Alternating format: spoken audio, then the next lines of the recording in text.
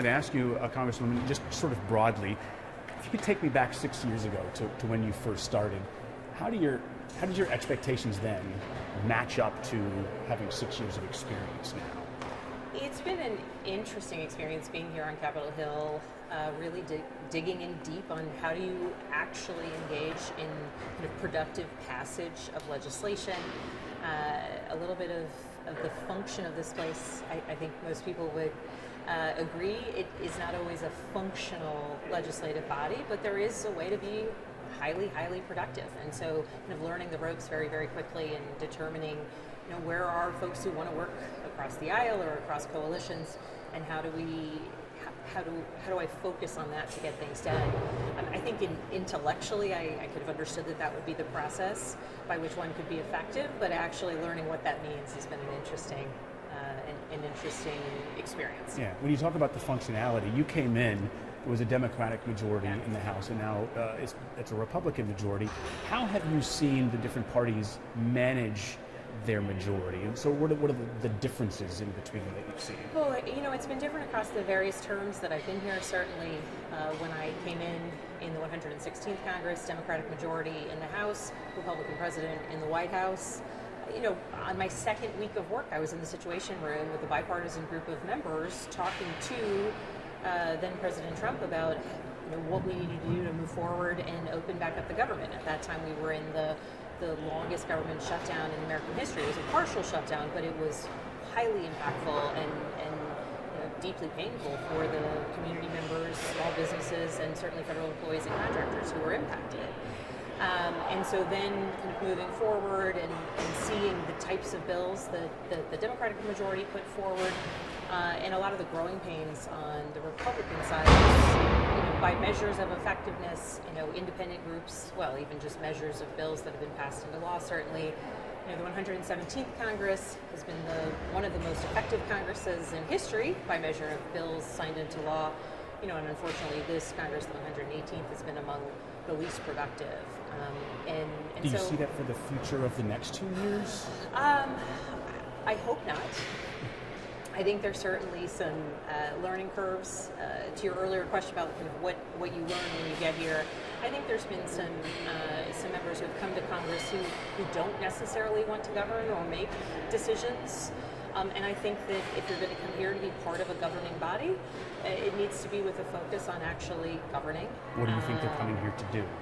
I think there have been some folks who have literally said I didn't come here to pass laws or to govern, and so I'll kind of reflect on their own words. But we have to have a purpose in what we're doing, and people across the political spectrum, whether I agree with them or not, I encourage them to work for and debate for and advocate for their ideals, the bills they want passed, the bills they don't want passed, but being in a constant standstill, constantly kind of not doing what is our duty, which is to fund the basic function of government, to actually protect the full faith and credit of the United States, to ensure that we continue to be an extraordinary nation on the global stage with a purpose and upstanding, standing up for American values, certainly at home and abroad. I think at times there can be some disconnect when there's just the friction between, and at times the friction leads to folks being inclined to do nothing. When you talk about purpose, do you feel like you did what you set out to do when you started this journey into Congress? And I also want to ask you, as part of that, what are you most proud of? What do you most regret that you didn't get to? Well, so ultimately I would defer to my constituents to be the measure of whether they view that I achieved what I set out to do. But, in terms of my measures of effectiveness, I wanted to be accountable. I wanted to be engaged with my constituents. I wanted to answer to them whether they were happy with me or displeased with the vote I might have taken along the way. And so everything from engaging in strong constituent services and returning nearly $50 million back to constituents by listening to their challenges and working aggressively to help them make their way through what times can be a murky process of dealing with a federal agency, or my effectiveness and my accountability to the local communities I represent. I've brought more than $40 million back home to our district in projects for roads and for water projects and for law enforcement resources, right? And that was in direct coordination with the folks that I serve. And then on the legislative front, I have written and passed laws, signed into law by a Republican president and a Democratic president, on issues that are both of national importance, supporting those who are struggling with addiction, combating the fentanyl crisis, but also issues that are hyper-local to some of the people that I represent, and certainly important in their lives in terms of dealing with issues related to retirement benefits, but that does issues that do have impact for people in other states as well. And that measure of success is one that I'm proud of. And a big test vote on one of your bills today. Yes. You want to tell us just a little bit about that? Sure. So I lead the effort to repeal the weapon GPO, which are unfair provisions put in Social Security law back in 1983. I co-lead it with Garrett Graves, a Republican from Louisiana. We have been working to correct what is a wrong, and the wrong is that people who spent their lives working in public service, retired teachers, retired police officers, firefighters, federal employees, they are not able to collect some of the Social Security that they paid into that earned benefit, and tragically, in many cases, their surviving spouses are impacted substantially and see their Social Security benefits reduced at the passing of their spouse who had devoted their life to public service. Our bill would repeal those two very unfair provisions. It's called the Social Security Fairness Act. It passed the House, 327 votes voting in favor, and today it is up for a cloture vote in the Senate.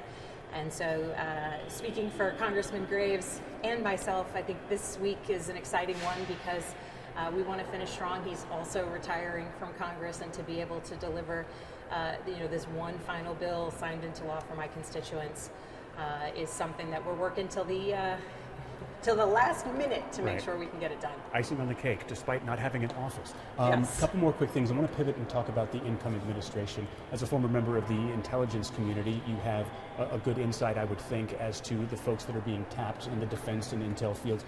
What are your thoughts about some of the folks who have been tapped?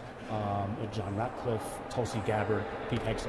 Yeah. So, I worked briefly with Mr. Ratcliffe when he was DNI under the first Trump administration, and certainly, I'll defer to my counterparts in the Senate who ultimately cast a vote. But my real concerns, as it relates to those who have been nominated, lie with Tulsi Gabbard, who's been nominated to be the DNI, for very clear reasons.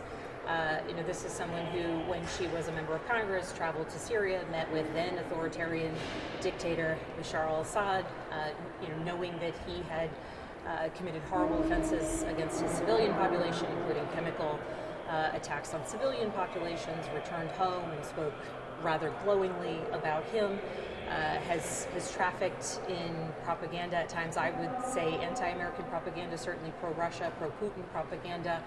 And the reason that all of this matters is the DNI is the position where, one perhaps not very well known to most Americans, is the position that has oversight over the entirety of the American intelligence community. And it's a role where someone has to be laser focused on facts and evidence and questioning the intelligence that comes in, working directly with the folks who are gathering it across intelligence agencies to make sure that the president is getting the best, most vetted information that will ensure that he can make good, informed decisions about issues of national security.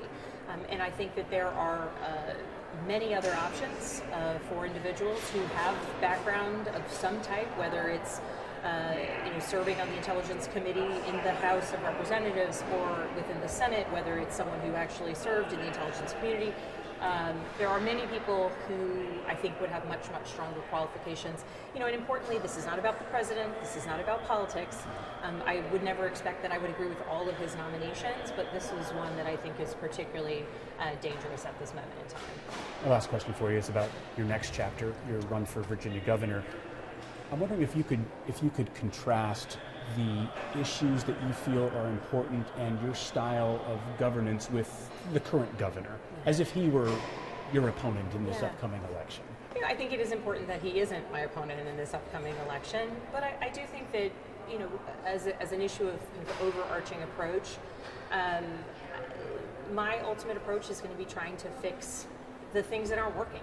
And certainly, I agree with him, and I agree with anybody who wants to be clear-eyed about the fact that we can do better in our public education system. There are things that we should focus on improving. There are regulations and red tape and challenges that at times can hinder people from starting a business or growing a business or choosing to move to a particular location or building the housing supply that we need in Virginia, or being able to strengthen our educational system to the level that as a Virginian and as a mom with kids in public schools, I think that our kids deserve.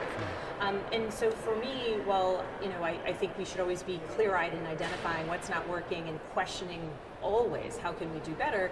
For me, the question is, so then what comes next, right? We have a challenge of being able to retain and recruit teachers in Virginia, not unlike other states. So what are we going to do about it? What's the policy proposal? We have an issue with absenteeism in schools across Virginia. Also, sadly not unique across the country, but what are we going to do about it? And digging into the policy about how to actually get at these problems, that's the approach that I will bring to the office.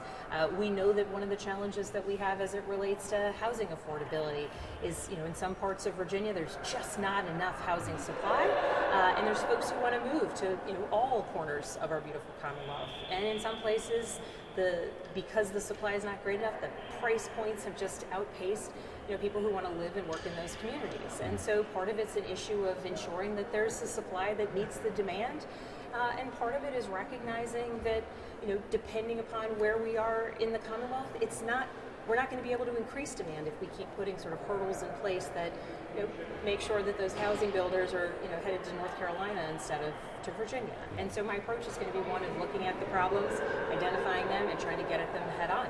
And we grab a two-shot. I just wanted to ask one more question. Okay. It doesn't matter. Is it fair that ultimately, in late January, they're going to say, the Virginia's governor's race is it's a referendum on the Trump administration? Is that fair to Virginia voters and to you running in the race? Because we know what's going to happen.